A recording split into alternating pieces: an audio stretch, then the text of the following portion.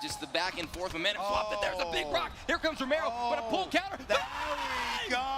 We have a champion, ladies and gentlemen. Like where this is going. Chito Vera, the man that Sean O'Malley's facing off against this weekend. And this is going to be a 5-round bout. No touch of the gloves. Immediate slip from Bushido.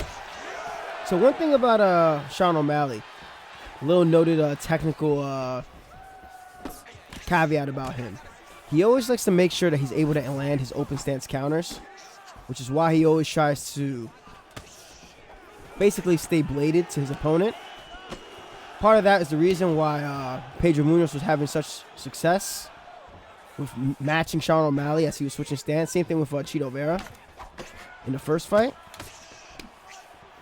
And I'm wondering if Chito's going to look to have that approach. Sean just tends to be a little bit more comfortable when he's able to bait out those heavy right-hand counters. Another thing, too, that from his coach, the one that looks like Canelo, he had stated that they did a good job of watching film on Aljamain Sterling, where he would switch stance every time he would throw like a looping cross from southpaw.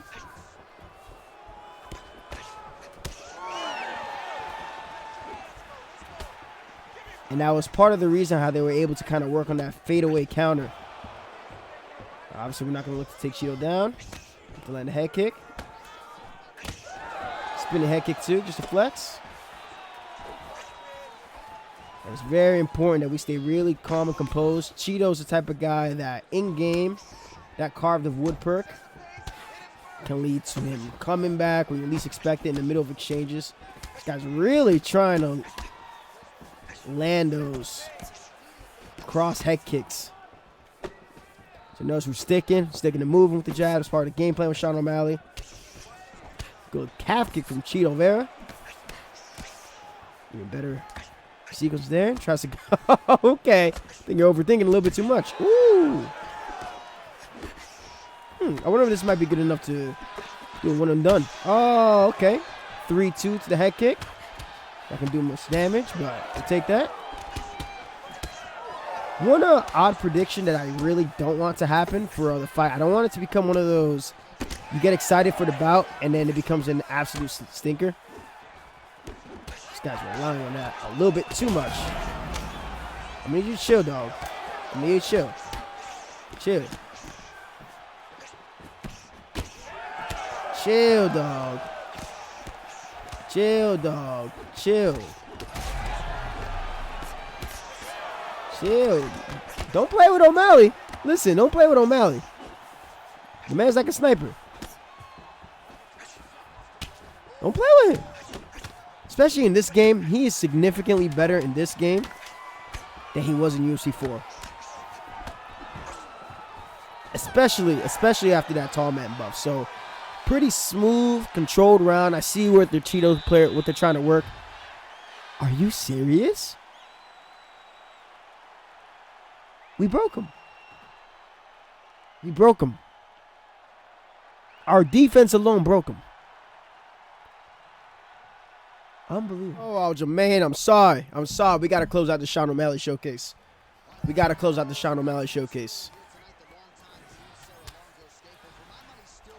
make sure that when we work with Sean, we're drawing lots of feints, lots of spins. Doing everything we can, to elicit a bad reaction from Aljamain Sterling. And the best thing that O'Malley does is that he loves to play that dynamic of where if his opponent's switching stance, he likes to make sure that he's in open stance. We said this already, but it's a good point to reiterate. No clinch. You got to set up your takedowns. Gotta set him up. There you go. Ooh, a little bit out of the range. No, Aljo, please. I don't want to have to put you on the canvas bad. Come on. You gotta work. What the fuck? Tony 5598. Oh, shit. Okay. Nope. Oh, man.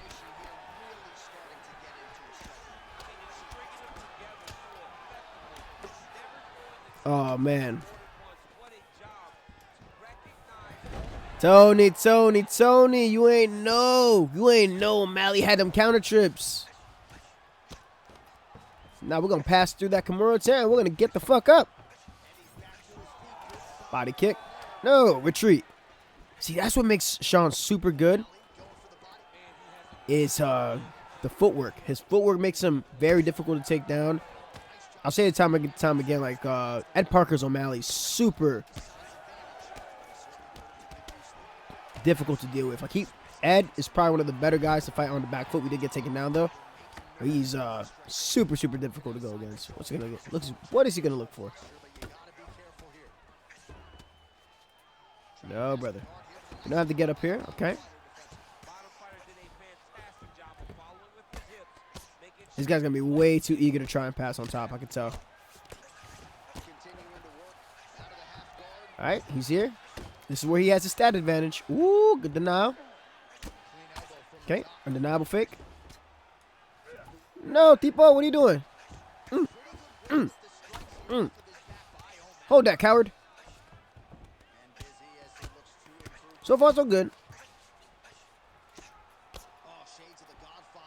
Yeah, this is it's not really getting much damage off on top. Jiu-jitsu. So we're gonna get ourselves a back take. Let's see where he decides to go and see if we can try to get a submission. Oh, that's him with his own signature. Why not? I'm feeling petty. No, Aljo. Not like this, Aljo. Oh my God. Don't quit. Don't quit. Man. And that's the other thing. You still can't fuck around and find out on the ground.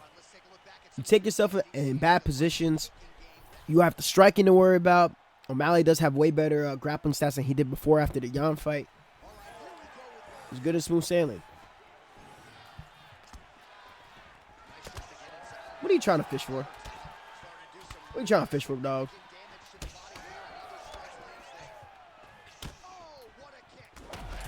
Back step jab. Woo! He's throwing the kitchen sink.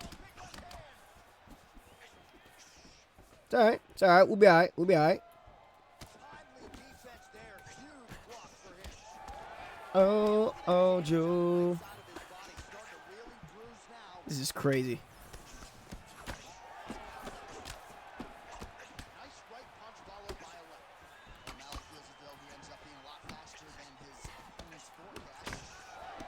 Ooh, off the back foot is just...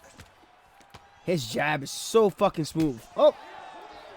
He's gonna look for something big.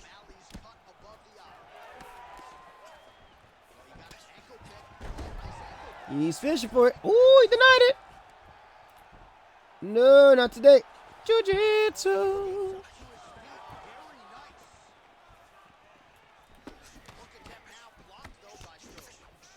Listen, brother. That takedown is not going to win you the fight. Brother, the takedown is not going to win you the fight. You are losing in the stand-up. You're losing bad. Man, I'll just going out sad here.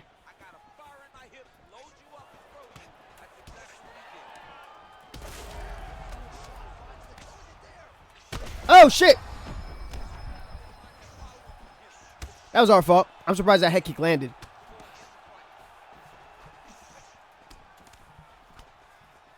I'm going to keep you moving. Oh, man, he just... Listen, you folded a gift. No clinch. Oh! He just catching me with that head kick.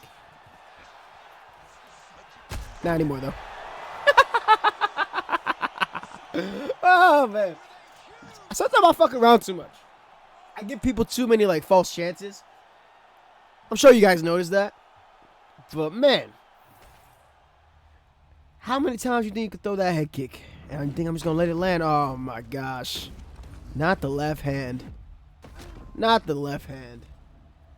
We got time. We got time to search for another one. So, Sean O'Malley beat Chito Vera by unanimous decision. 50-45 on 2 judges' scorecards. And 50-44. It's kind of nice. It's kind of crazy how like, when we talk about stuff leading up to the fight where we all know that Corey Sandhagen was the deserving contender to fight Sean O'Malley. He 50-45 Cheeto not too long ago, right? Defensively, one of Cheeto's issues is that if his opponent buys into his game and allows themselves to get pressure into the fence with nothing happening, it's a fight that he wins with a lot of posturing, especially off of a lot of his hard counters. As we try to channel Mr. Sean here. But I think there was a cool little thing I saw this morning on Twitter before I hopped on Rank now. And it was the size of the Apex cage versus the size of the cage that they were fighting at before. And man, I know it's a 5 feet difference. It's 25 feet versus 30, but it is significant. And you can see where it can really play a part for certain fighters and the way that they fight.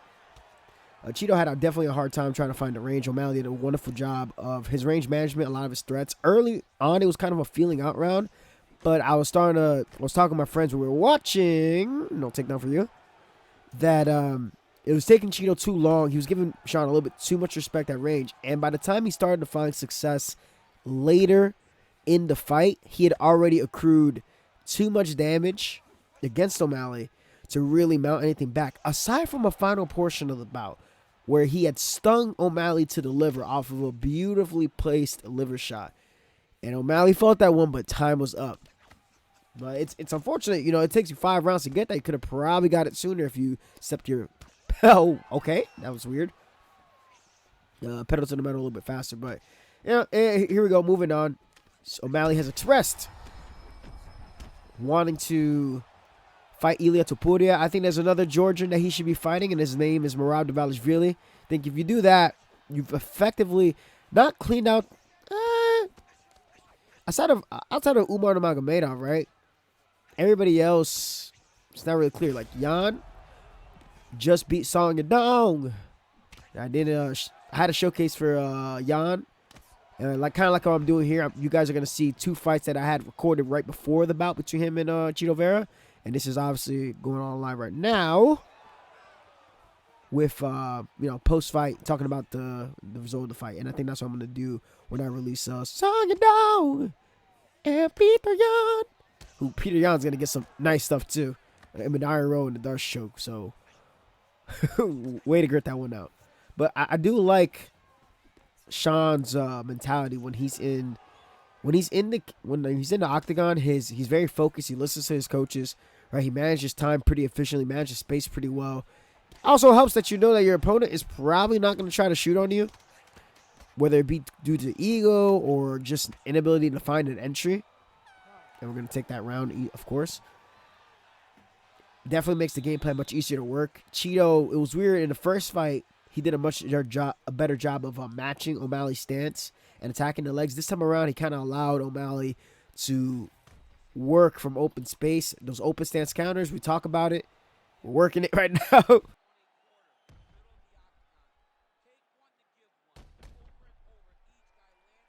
Right as Cheeto's ducking, right as he's ducking, and lands a beautiful, beautiful knee. This is the most I've ever seen Cheeto get cut up or busted up. You know, he's had a high cut resistance in the game. His chin was on full fucking display. His chin absolutely on full display.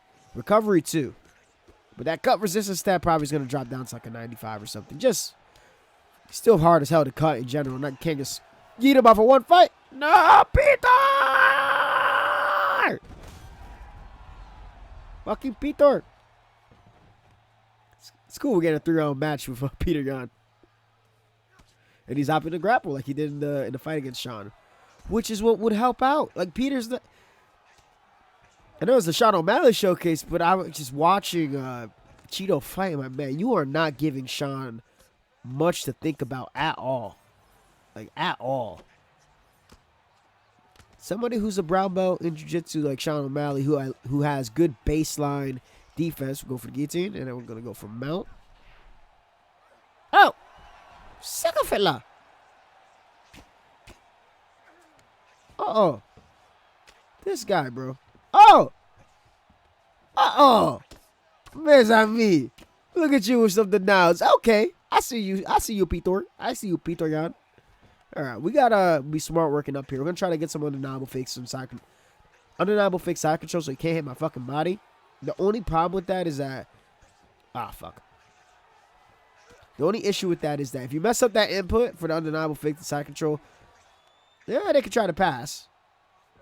We're going to get up here. We're going to try tripping with our own takedown. There we go. That does kind of slow things down for yourself, and it does give them the ability to try to muscle modify right through to backside once the animation ends. So it's risky. They definitely made it harder to undeniable fake on this game. But we're going to get up. Sean was on point. He managed his career pretty well. You know, he wasn't fighting top-ranked guys getting paid the exact same amount that he was fighting lower-ranked guys, which is a fair point. Once he started getting paid, he started fighting higher-ranked opposition, which is, I think, a lot more fighters should manage themselves in that way. Honestly, like, most fighters don't even need a manager. Of course, we have plenty to talk about with the entirety of the card. I was very happy to see Peter Yan win. I was frustrated at first because he seemed like traumatized. I said on Twitter, he seemed like traumatized from takedown attempts that he bit so hard on a takedown from Song Dong. Song's takedowns are actually pretty legit. He actually was using the same entry that Murad Navalis was using off of that bomb of right hand and then going to the single leg. Nice. Hello. Ooh, okay. Okay, not there. Obstacle head kick. I would have tried to take me down there if I was Peter. Hanging back. Oh! Your stamina. Perfect. Nice body rock to end the round. I don't know if that's going to be enough for us to win the round, but that's going to be huge for later exchanges. If you guys noticed too with Sean, like, my Sean showcase from my UFC 4, I used a lot of back steps and angling off the jabs and crosses. A lot of that stuff, you kind of have to recognize it, like if it's there. If your opponent is sticking to, like what this guy's doing, right? A lot of lead hook cross, occasional head kick, forward slip hook. Like, that's what I call, like, baseline meta. You have to understand, you can't force certain things, but you can still be creatively expressive. You just got to recognize how to take it away. So you can try to land one of them pull counters. And we know Sean was a premier block breaker in that bout against Cheeto Bear. Both of these individuals. Sean loves to work off the jab, and then he lets his combinations flow to the body. So let's let some of our boxing shine. I don't want to let this guy get comfortable to where he can try to take us down again and maybe try to steal the fight. Because that second round, that was a big, impactful takedown. We got the body rock, but I want to secure this round. There we go. We can start ripping out 4 pieces. That's the pressures. To the body once he slip hooks. I want everybody, everybody in this community needs to start doing that. If you see somebody force the hook, rail their body. Pause. That's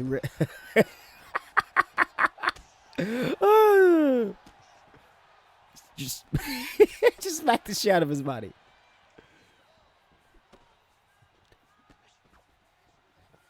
Now that we have a stamina advantage, it's going to help us out in our exchanges. Ooh, close but no cigar. There you go, Matador style. And go off with the 1-2. Ooh, nasty jab. He's going to duck. Nah, a little bit too far. A little bit too late, rather. You are pressuring forward, Peter. You are pressuring forward too much. You got to have a different entry. See, the reason I'm not trying to duck that head kick is that Sean is tall, and I do not want that shin hitting me in the dome piece. With my luck with EA. No, that's not going to happen. Like a sniper. Sean looked like a sniper last night. No, hang back. We got a minute. Do what his corner said. You up. You up. No. No sleep hook for you. Woo! Poke out across into a body rock. Can we get him out? And yes, we do. We are able to get the finish with Sean O'Malley, Mr. Pink Shorts. I don't know why we don't have the option to still use the other shorts. I don't think we should be forced to only use the pink ones, but hey, he made it count. Sean O'Malley was able to get a successful title defense at UFC 2. He made that fight more exciting than Cheeto really aimed it to be. It's to be expected from Cheeto. Only reason I wanted Cheeto to really win, as I expressed in my showcase, is that, has a lot of people that he represents.